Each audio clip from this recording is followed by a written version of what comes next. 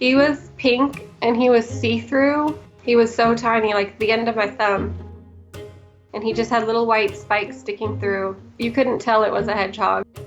It felt like nothing was there. I was holding him, but I didn't really feel that weight because it's such a small amount. And even when I was feeding him, I would wrap him in a towel and I had to be really careful that he didn't slip out.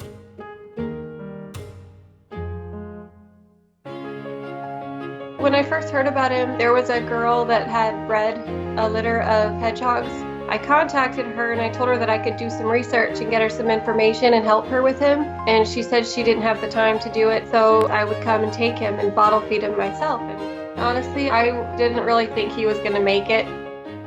As soon as I got him home, I put him on a heating pad. I never left him alone. I let him sleep next to my bed, and every time he would squeak for the first few nights, I would jump up and I would feed him because I was very worried about him. I didn't want him to feel like he was alone.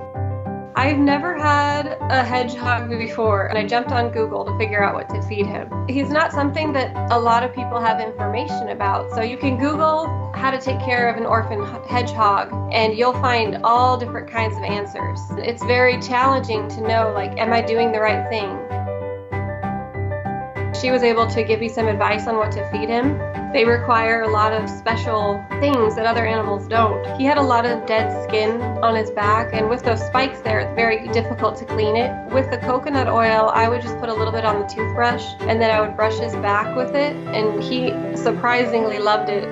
They're very difficult to take care of. It was exhausting, but really worth it to see him growing.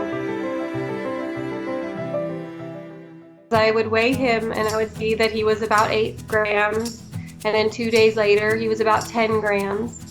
So when I saw that he was growing, I was just very excited. You know, like maybe he has a chance. Once he started eating solid food, it was like a huge weight lifted off my shoulders, and I'm like, you made it, buddy. He started growing even more rapidly. Wilbur's definitely entered the toddler phase. He's running around a lot, getting into everything. He loves to be held. He's very cuddly. When he's tired especially, we can just sit down and watch movies together, and he'll just plop down next to me and sleep. He definitely feels very comfortable. I live on a ranch out in Texas.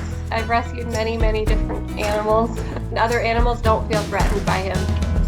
There's so many that need help, and there's just not a lot of people that know how to take care of them properly. If we can help all these ones that are in these rescues, there may not ever be a need for people to continue breeding so many.